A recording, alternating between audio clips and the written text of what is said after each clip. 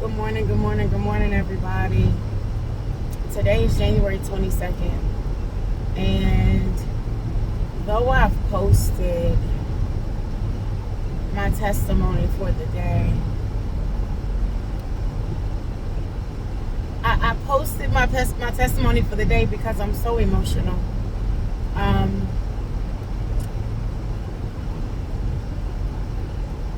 I'm grateful, I'm thankful, and I'm honored that the Lord saw not robbery for my daughter to make it to her 12th birthday. If you've seen, I posted two things this morning, and one of them was all recent pictures where I told some of my story, some of her story, the beginning of her life. And the second thing that I posted was where we started to where we are. From the day she was born and they were working on her until the last picture we took Sunday.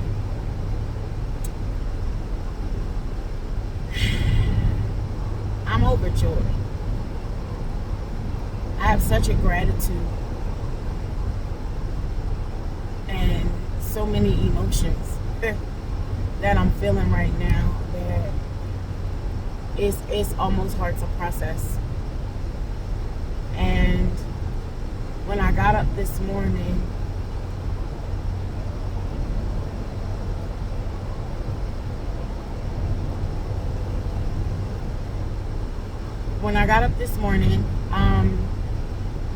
to get ready, like I normally would, to, when my alarm went off at 4 o'clock this morning, I got up and I just immediately began to worship. And I immediately began to praise. Whew. And thank God for all that He's done. And thank God for her life. And thank God for everything that He's allowed. And I'm just like, God, I can't thank you enough, because with everything that we've endured, everything that we've been through, with every surgery that she's had, with every procedure that she's had, with every doctor's appointment, I can't even count the amount of doctor's appointments and hospital visits and all that we have had in this last 12 years. Like, because at one point in time we were going to several appointments a day, weekly, and then we would get it direct admit into a hospital because of what she was going through, because she was septic, because she had MRSA, because she had some sort of infection, she had blood poisoning, water poisoning, and she's vomiting, she can't keep anything down, she's dehydrated, and just all the things. And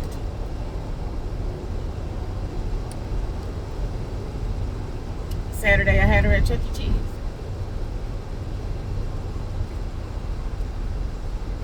And I'm honored. I'm blessed. I cannot thank the Lord enough for letting us make it this far. And there are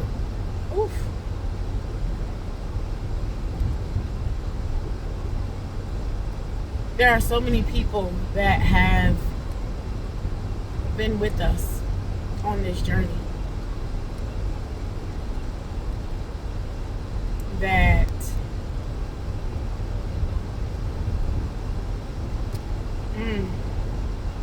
all I can say is thank you, Lord, for giving them the necessary skill needed and for giving them the touch needed to sustain life. Ooh. Giving them the skills needed to sustain life, giving them the knowledge and the know-how and the tenacity to help sustain life. And thank you, God, for allowing your will to be done in my daughter's life, in my life, in my children's lives, in everybody's lives that journey has affected. I thank God. I thank God for that. Teachers, doctors, mentors, nurse practitioners, surgeons, assistants, scheduling coordinators, techs. He allowed her to live this long, y'all. I can't even tell my entire testimony. It's been so much. It's been so much, and I just I have all the words in my head, but I don't have the words to articulate just how grateful I am and how honored I am and how blessed we are.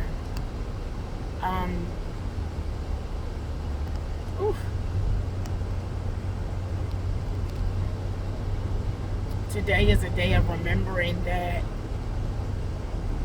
It's a reminder of how good God is. But it also is a reminder of, man, my life changed today 12 years ago. It changed in a way that I never expected it to change. It moved in a way that I never expected it to move. I thought it was going to be a regular day like every other day. I thought it was going to be me going through something that I had gone through a couple other times, which is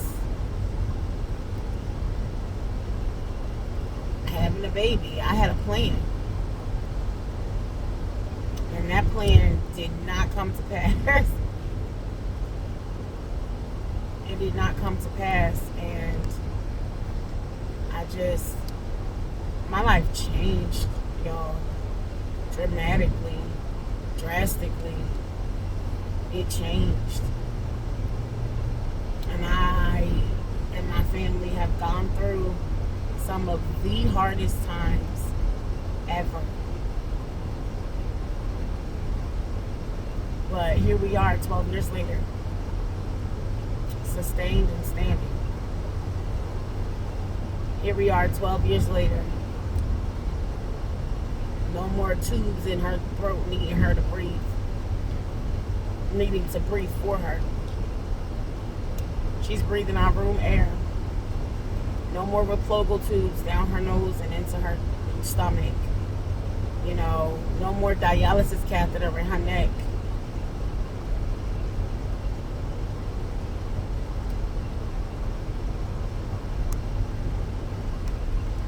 No more central lines in her chest, feeding her medication and life-sustaining liquids.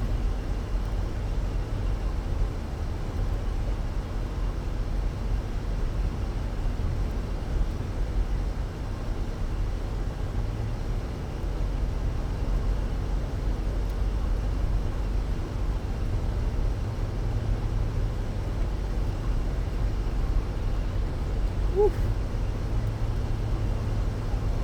No more colostomy bag, the ileostomy bag.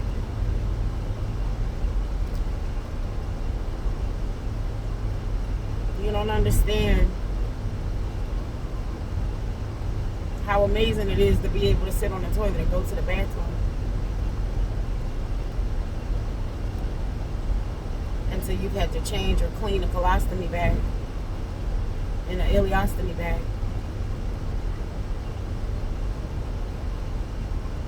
You don't know how blessed you are to be able to eat.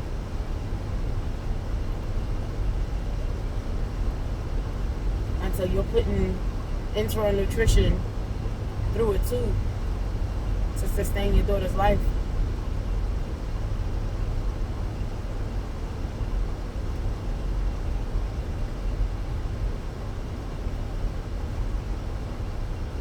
You don't know how amazing it is to be able to walk.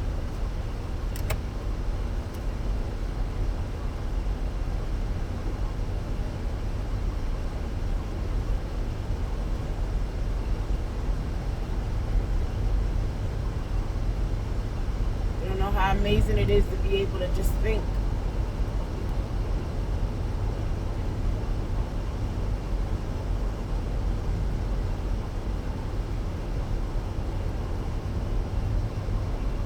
You don't know how amazing it is to just be able to move your limbs.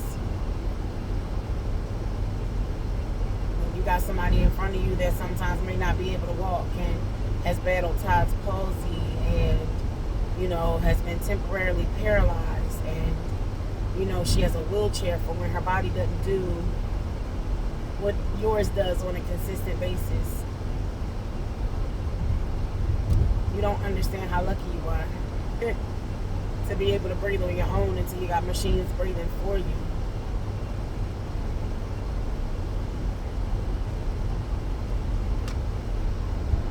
Man, there's so many things that we take for granted. There's so many things that we take for granted. There's so many things that people don't understand.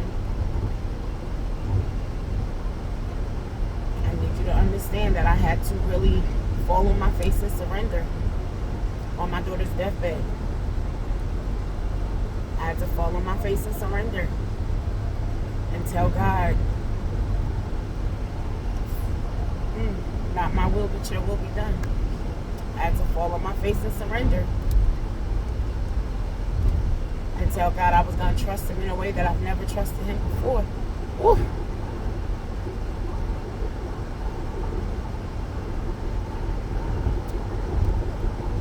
You don't understand. You do not understand. Until you've been in some of these situations, you've been in some of these rooms, how helpless you feel when you're in the medical field and you're helping other people do good and you can't even help your own child.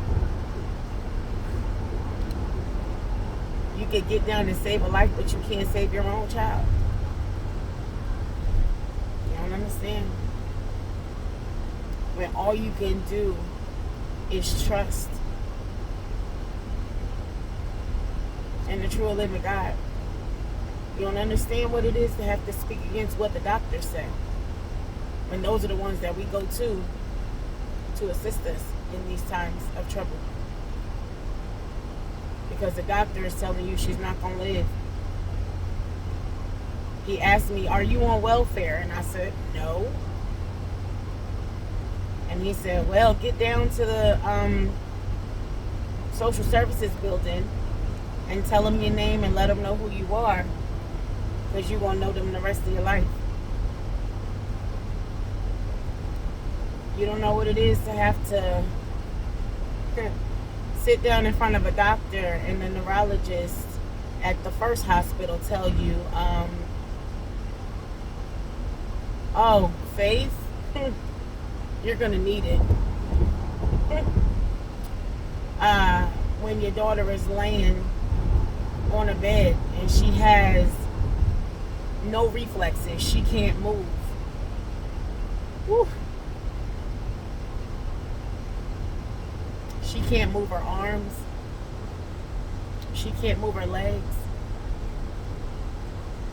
Everything has to be done for her, but then the doctor tells you, you can't touch her. You can't hold her. You can't rub her. Woo. You can't sing to her. You can't speak to her.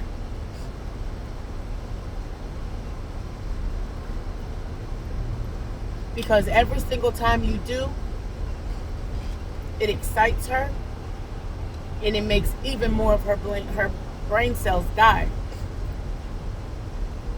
And to sustain her life, you have to be quiet.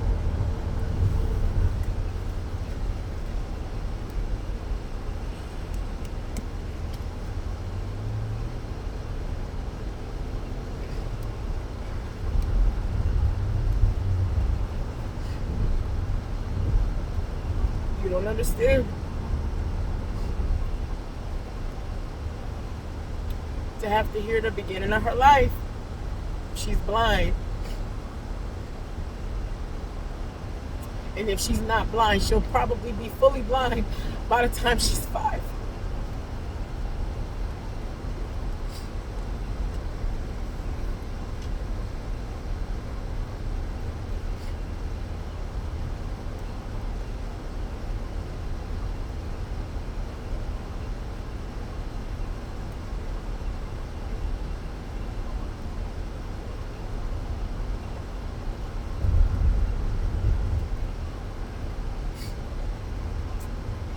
You don't understand what it is to have to hear. She can't hear.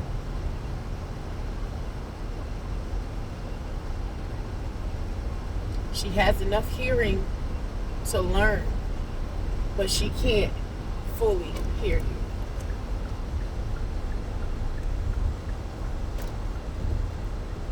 And when she goes into surgery, you find out that she was 90% occluded in her hearing.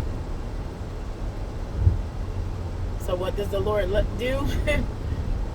The day her ears were open, he let it rain. Whew. And she was going bananas because she never heard rain before.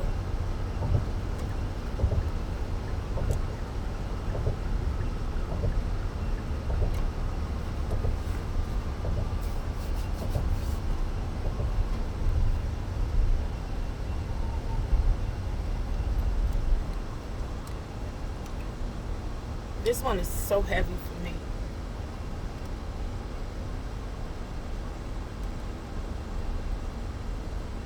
And everything that I just spoke of all happened in her first week of life.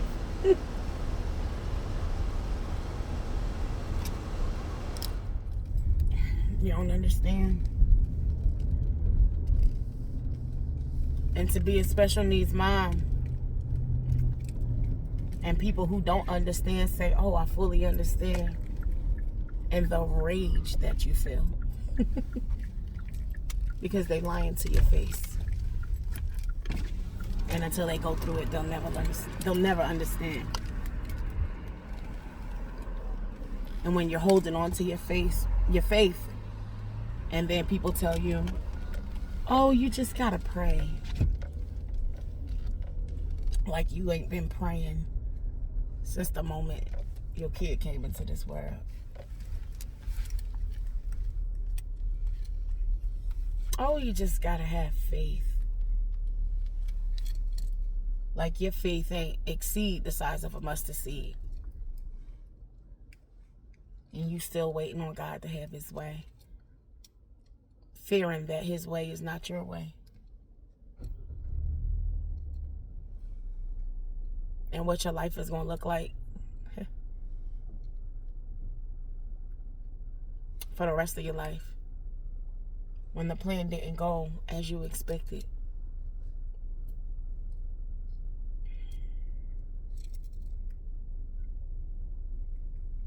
And you thought you were going to get to have a kid like everybody else. And you don't.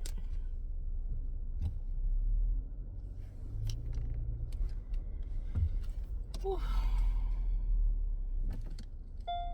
And you thought that your kid was going to be able to grow up and get older and get a job, get married, have kids of their own, have a life of their own.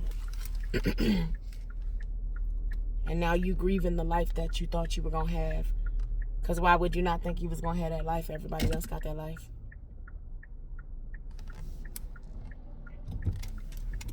And the guilt you feel with the possibility of knowing, based off of what the doctor said to you, that a portion of it could have been your fault because you worked so hard.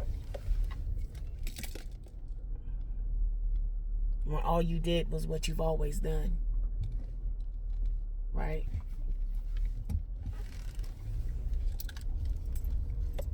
You just went to work. You have no clue. You have no clue.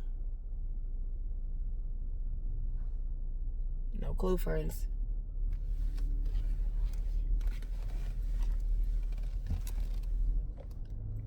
You have no clue, friends. What we've had to go through just for peace. Peace in the midnight hour. Peace in the midst of the storm. Any type of peace. Peace that wasn't even real peace. Just because you needed something to hold on to. You have no clue.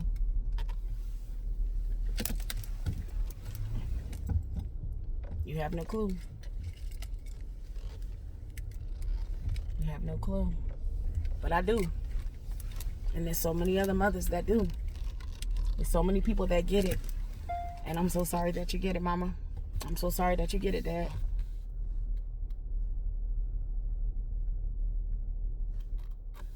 Because unfortunately, that means when you get it, you went through it. That's how you got it. That's how you got the understanding. I apologize. But what I'll tell you is this.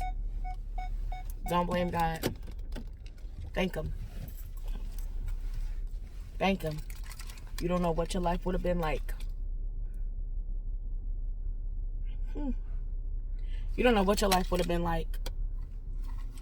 You don't know what you would have gone through.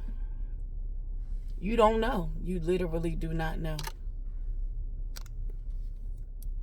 But the blessing is, you have the life that you have. And it's not that you can handle it. But it's that if you handle it through Him, through He, it can still be handled.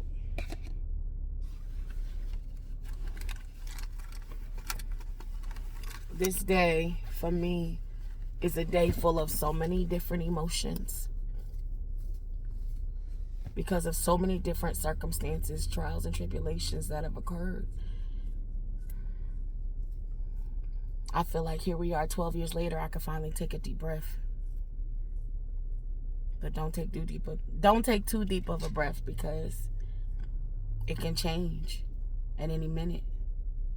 And I have to be willing to move how He's moving me. And I still have to be a vessel for the Lord. And I still have to speak what thus saith the Lord. And I still have to be in agreement with what thus saith the Lord, even when I don't understand.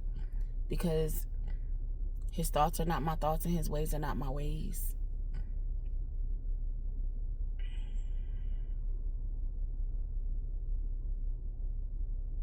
But what I say is, I'd rather me than you. I'd rather me than you, because He made me a promise. He made me a promise, and He made you a promise too. But He allowing me to see it. And His promises and His word that says, I'll never leave you and I'll never forsake you.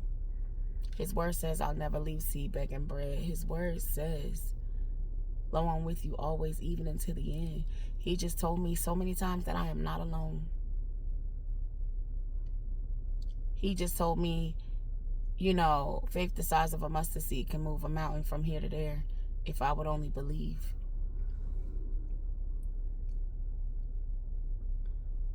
The Lord told me, trust in the Lord with all your heart and lean not to your own understanding. In all your ways acknowledge Him and He'll direct my path. That's what it told me.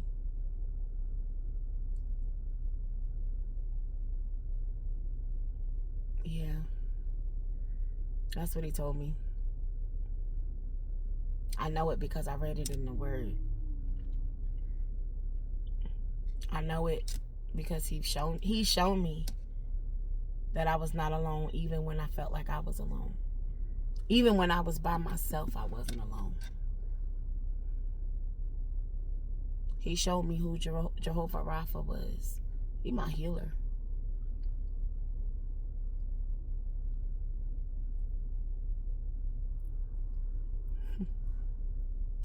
When I went through my own, breast cancer scare, cervical cancer when I was 19, he showed me he was my healer. He showed me he was my keeper. He showed me he was the lover of my soul. He showed me he was my best friend. This gonna sound crazy, but yeah, he showed me he my baby daddy, because baby, he taking care of my kid. When the one that created her didn't want to be a part of her life. Because it's a lot to do and it's a lot to handle. And of course, the Lord is not my baby daddy. Don't be stupid. But what he showed me is that he truly is Jireh, my provider, and that he would give me everything that I needed to be sustained in this life. He said in his word that, like, everything that he placed in me is what I need. So he provided all of my needs according to his riches and glory by Christ Jesus. Everything that his word speaks of, read it for yourself. It reigns true. It reigns true. His word is impenetrable.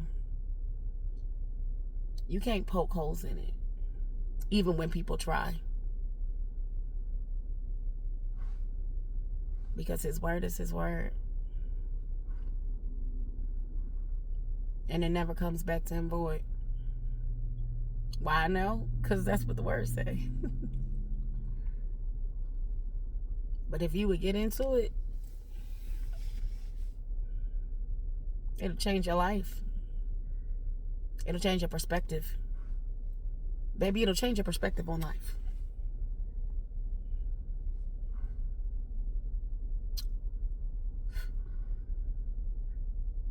I love y'all. I gotta go to work. I ask that the Lord go before you today. And I ask that he shows you in a mighty way how he can continue to change your life if you would only believe in him and trust in him.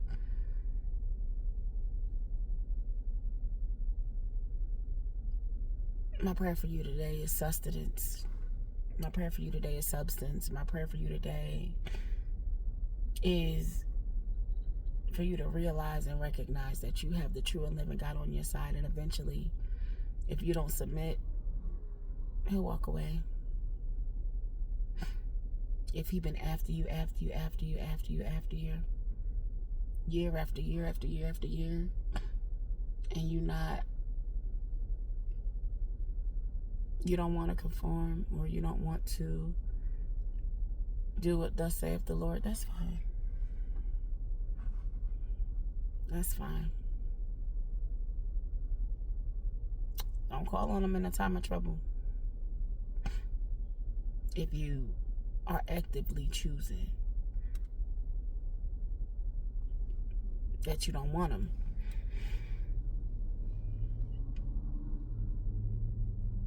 Don't call on him at the last minute. We know that he is a good God. We know that he's a true and living Father. The thing is, what people are unaware of is if the Lord turns his face from you and he chooses not to hear you. Oof.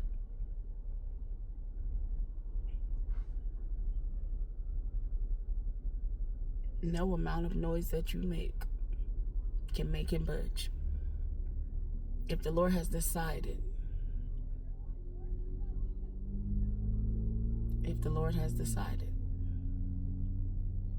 that he is turning his back on you and he's leaving you to your own devices,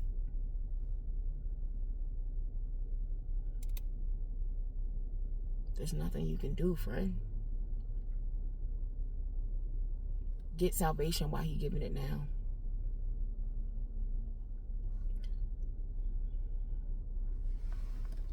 Time is around. It's really, really winding down. Time is winding down for people to continue to turn their back on the Father. Time is winding down.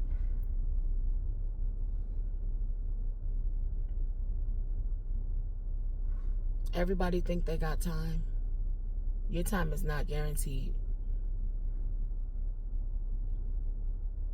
And as much as I've spoken,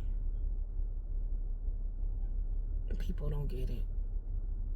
And I'm sorry that people don't get it. But I pray that you're willing to get it.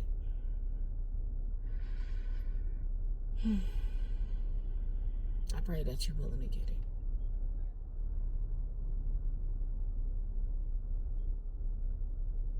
I don't know. Jesus wept. I'm out.